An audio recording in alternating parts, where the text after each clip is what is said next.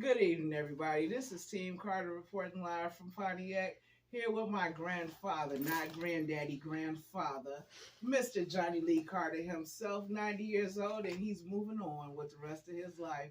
Today is his last day in Pontiac. He will be relocating to Texas tomorrow. We're going to miss him so much. He's moving on to his good retirement years in a different weather and climate.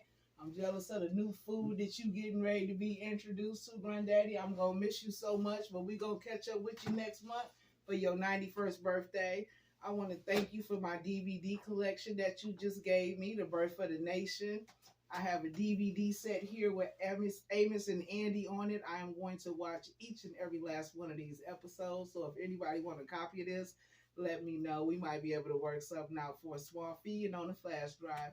But while we got you here with Daddy and my sister Princess, I just want you to talk to the people and let them know how much you're going to miss this great city of Pontiac that you have been in for 70 years, sir. Okay, I appreciate that. I Thank love you. you too. Thank you. Yes, I'd be glad to speak on this. My name Johnnie L. Carter. I'm not much of a speaker, but I will try to do my best.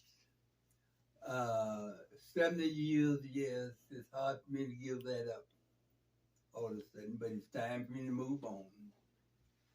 And I made a living out of everything through the years. I worked and retired from a big company. I'm proud of them. That's Pontiac Motors Division, GM, where they make the Pontiac cars right here in Pontiac. I worked there 38 and a half years. All right. And I'm proud of it. I raised my family on that one job, and I'm proud of it. Amen. And I just feel good to be 90 years old. It makes me feel real good, just like a king. You are a king, Granddaddy. You King Carter. It's a Carter, baby. 636 in the house. Okay. Yeah, all right, all right. And because of you, Granddaddy, the greatest thing that you could have ever given me in life was the gift of my father. That is your firstborn. I am his firstborn. And I ain't gonna have no grandkids for you. So, you and Daddy out for you and your great grandkids, though. But I love you and I do enough for the people here in the community. And because of you, we definitely gonna do some more things in your honor in Pontiac. And you bringing Juneteenth to light for the city of Pontiac, bringing awareness to the state of Michigan is major. It was something that's been in the dark for a long time. So even with Granddaddy going to Texas, everybody watch out because he probably gonna be flying back or riding back. And he'll be back in Pontiac for Juneteenth 2023 because we got some things to not prove but to show y'all in reference to history and the culture moving forward, not just as a Carter, but as the black race in general. And I was born and raised in Pontiac. Don't let the Detroit hat fool you. I was born in Pontiac, but Detroit raised me. And I'm proud to be a Carter. I'm proud that this is my grandfather. I'm proud that Randy Carter is my father. We're all so proud that the Carters relocated from Louisiana to move to this lovely city of Pontiac, Michigan, to be also employed by General Motors. I am product of a General Motors. I'm a GM baby, even though I drive a Ford.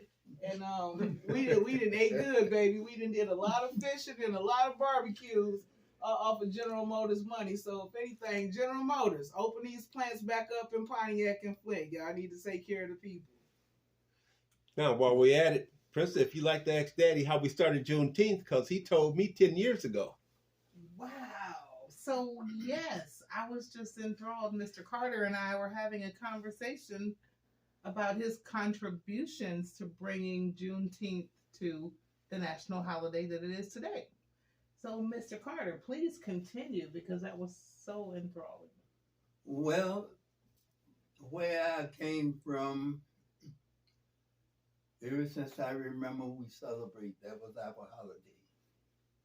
June the 19th, we call it. I didn't know anything about Juneteenth until way through the years later.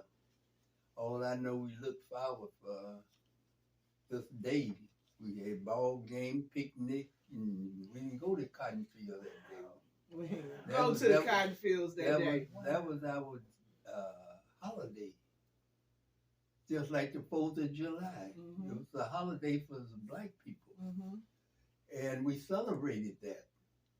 And it's only one day, that's the year of 20 years old, and I left there. That's the year, only holiday I ever worked, June the 19th, that day. Wow. Not all day. This white guy's place we lived it on, he, I would say the 18th, June the 18th that year. The next day was the 19th. He came out to the barn where I was, and we were talking, and he says, he called me Grandma. Mm. He said, Grandma, he said, I know tomorrow is your holiday. He said, I'm not going to try to force you to work because tomorrow is your holiday.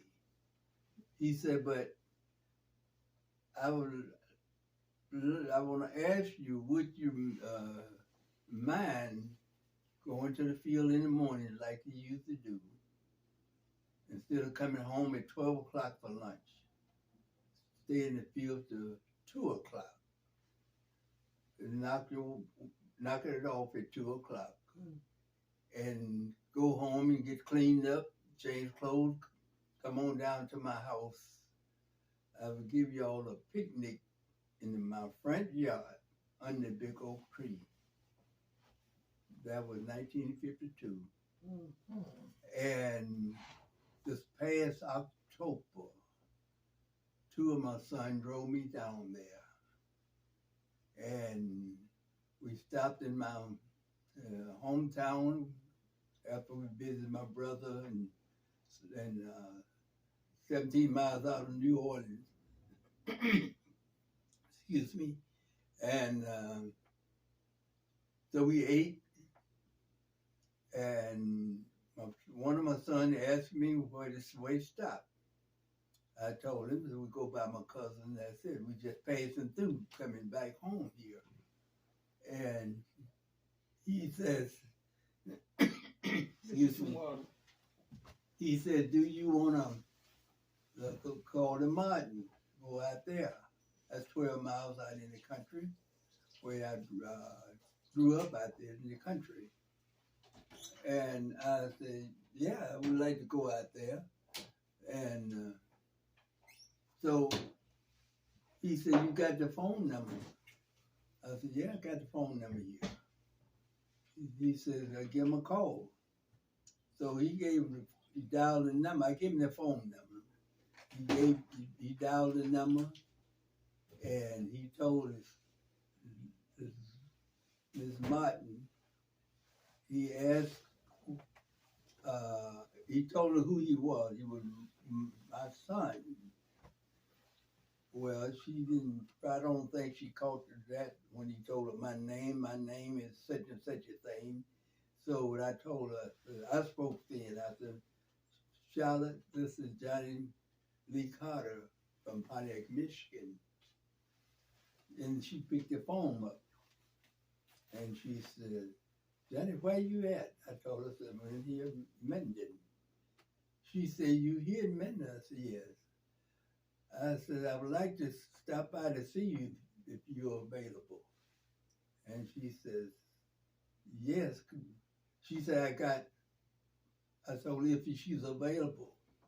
She says, yeah, I got I think a meeting or something. She had to go about 3 hours from that time. Mm-hmm. And she said, could you come now? I said, yeah, it'd be okay with you? She said, yes. And we drove out there, 12 miles out there in the country. And I told my son, I said, for 70 years right here on this big oak tree, that this man gave a picnic for us. Mm. It's a picnic I never forget. Wow. They had sandwich, ice cream, cookies, you just name it. And we had a good time. That was 2 o'clock in the evening. In the summertime, the sun is still out. So we just had a good time. Me and my brother and my mother, and I remember that much there. But we had fun, laughing and talking. Now I went out there, and then my son was taking pictures, and she was so glad to see me, and I was glad to see them. She called her son, her oldest son, and he came off the job, came there and shook my hand, talked with us. We talked about the good old days. It was life I never forget. That was this past October. But it's all good. It wasn't bad. We were just like a family. We were just like a family to us. We moved on a place. And it wasn't the first time, I think twice. He invited me in to have dinner for lunch, breakfast. Twice, I remember, I know twice I went there. And during that period of time, it was a no-no for a black man to be in the white man's house at the table with them. That was a no-no. But that actually happened when I was 20 years old. All right now, all right, Mr. And I Carter. feel good about it. All right, Mr. Carter. And it's not all about color of person's skin. It's the person in general. And I was so glad to see her. She was glad to see me. That was the old man's son's wife. That was so her husband, this lady husband, done passed away. And we stay in church here so often. I call them, and before my wife passed away, we would go out there in the country, and she showed my wife, taking her through the house, and showed my wife every room in the house. Great big house to live in. And it was just like a family. We sit right in the living room, laugh and talk. And since her husband passed, she called me the same day her husband passed and told me he had passed. We used to play together. We used to argue. We used to get mad at each other. But otherwise, we never did fall out. We had shook hands and laughed and went on. And when I left there, he told me, don't forget about it. I always could go out in the country, see some of the kids I went to school with, what few still left. And he told me he could stop by the house and see me. And I would. And it was a long journey and it was a good journey. It wasn't sad. It was a good, happy journey. It wasn't that easy all the time at the time. Not only just trouble from the white people. I didn't have no problem there. I didn't have no problem here. That's right. I know where to go, what store to go in, what store not to go in. That's the way I did it in my hometown. Did you have to act in a certain way? No. He a You Carter. hit then yes sir and no ma'am. He a Carter. You ain't have to do And nothing special. I did that not only for the white people, black people the same way. That's right. We said yes ma'am and no ma'am to a black older person. You Man or definitely woman. raised a respectful You know. brood. And No, I mean, a wonderful job, granddaddy. I mean, just such an honorable man. I'm glad that you're our grandfather, you know, and then in having, I love calling you Randy. Hi, Randy. You know, and having Mr. It's so funny. Hi, Randy. But having, you know, this wonderful son, Mr. Randy Carter, and then, you know, me being blessed with being Randy, I can only brag that I'm a Carter. But it feels good because the foundation that you left down, we definitely picked up, and we definitely gonna continue this for the children. And I know you see the children in our family, and I must let everybody know that we don't have them problems in our family, Team Carter. We straight royalty over here. Nobody has been to prison. Nobody has ever gotten shot. Nobody goes to jail, and nobody dies. We all here doing what we supposed to do, and it's because of this wonderful man right here that's 90 years old, that's getting ready to leave us tomorrow to go to Texas, knowing that it's gonna snow. But I'm coming down there for some beef brisket and tacos. And your birthday next month in 636. We're gonna continue this. Think he leaving and going somewhere. You ain't going nowhere, Granddaddy. We following you. You gonna and don't continue with stop. the questions? Let me see. Do I have any more questions? I did want to ask you one other thing. Like you said, it was all good when you were in Louisiana. Do you have any bad memories, or was there ever anything bad that happened that you all had to overcome? He's a Carter. No. That's beautiful. They move out our way, don't they, No. Granddaddy? I only had one problem, something like that, and that's after I came here The Pontiac. to Pontiac, Wow, Oakland County, huh? Oakland County, right here in Pontiac, and I was a police officer. He gave me 2 tickets this particular morning. I just had got off from work and came through town, and I was in one lane, he was in the other one. He came through town the same way, and he gets up there on the other side of Orchard Lake at the time, wide track wasn't even, it was Main Street, then was Saginaw Street. And they came out Oakland, and I came out North Saginaw. And they in the right lane, and I was in the inside lane. Came down through town, we got up there, I was gonna make a right turn, so I speeded up a little and got in front of them, and I was driving an old 38 Chevrolet at the time. Okay. My brother called car. And this was in 1957, and this was old 38 Chevrolet I was driving. And didn't have no signal, so I gave him signal. Okay. I was going to try and right. And when I did that, he pulled me over, put his light and siren on, pulled me over. And he sat there and talked, and a few minutes he got out and he came to my car, asked for registration, driver license registration. And I gave it to him. I said, this is my license. I unlocked the glove box, get the registration out. He didn't wait to get the registration out. He just took my driving license and went back to his car and called in, I guess. And so he honked his horn and gave me signal to come to the car, to their car. And so I went to his car and he gave me my driving license, and I opened it up, and there's 2 tickets. I said, what the 2 tickets for? He said, one, you run a red light, and the other one, you pass illegal lane or something like that.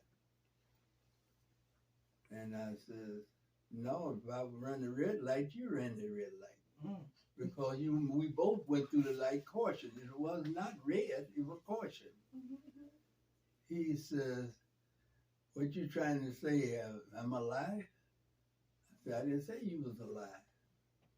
I said, you run a caution light just like I did. We both ran the caution light. It wasn't red, it was caution. He told me, he said, you better take this and get before I get out and kick your ass. I never forget that. And so I went home and I told my wife, and I got taken my bath and got cleaned up and went downtown to see the judge. And so after I got to the police station down there, a little before I got to the police station, he came up. He was going to the police station. He wasn't where the police station is now. At the time, we're down there on Mill Street. Really? Mill Street. At the time, there was a police station down there. Wow. And So I went down there to see the judge. I didn't have to pay for the ticket. One of the judge took care of it.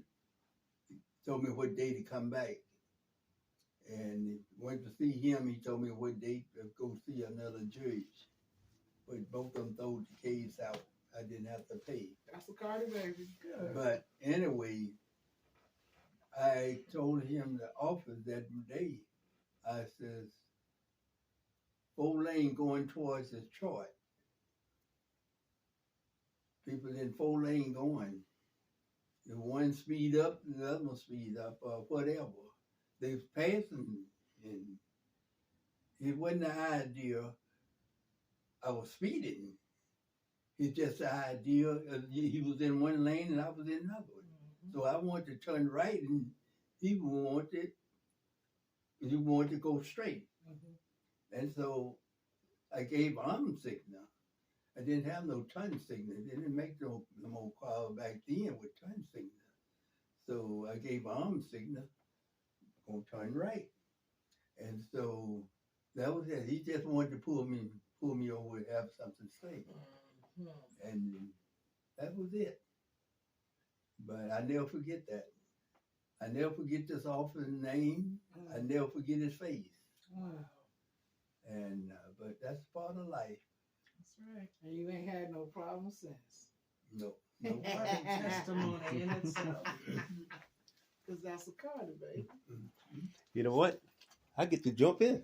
Well, hello there, Mr. Randy Carter. How you doing there, I sir? can fit right in here. All right now. And the reason I got on council was to make a whole lot of stuff right. And yes, I did sue the city 7 times. Just because I don't disagree with you ain't gonna make no fool out of me when I'm right. All right. It costs a lot of money to go ahead and go to court, but I went to court just because I'm gonna clear my name up. That's precious. But I gotta thank Daddy because I got on the council in 2009, and the first resolution I passed was for Pontiac to recognize Juneteenth. Wow. Okay. That's what's Hey. up. Generated resolution 2009 is in all the papers, Yes, it is. but it took until 2022 for the city to go ahead and have a parade recognizing Juneteenth. And I would like to thank my mom, Mrs. Brenda Carter, for getting that to actually come into place.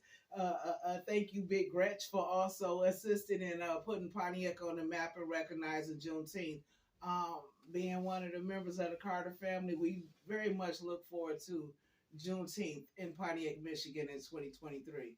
And we're going to have Granddaddy here with us. And we want everyone out there to recognize that 6-3-6 means don't Carter. play. All power to the people. And Daddy, All power to the people. and Daddy, you the man. Okay. Tell the camera you the man. I'm the man. You the are man. the man. You the man. You is the man, Granddaddy. I'll let you down. It's the All Carter, right. baby. We're going to wrap this here up. We look forward to Mr. Johnnie Lee Carter bringing y'all more podcasts in the future with him on For site in sure. Texas. It's going to entertain the public. It's going to educate the public. And it's going to stimulate the culture. So this was fun, Granddaddy. I look forward to your podcast. 90 years old, getting ready to turn 91 next month, leaving 70 years of Pontiac, Michigan, and moving to Texas. I'm pretty sure you got a lot more stories to tell us that go a little bit deeper than Emerson Andy. Thank you. It's going to be good. Thank you. Looking forward. No, you want to reintroduce yourselves for the network since you didn't introduce yourself in the beginning. Might as well do it at the end. Well, you know, people, I never have a problem saying my name. My name is Miss Randy J. Carter, and this is Mr. Johnnie Lee Carter, my grandfather. And here to the right is my big sister, number 2, Princess Echelon Brown, certified RN in probably 30 other 50 states in Michigan. And here we have on the camera, and the ones and twos is Mr. Councilman Randy Carter, also known as my daddy. Signing off.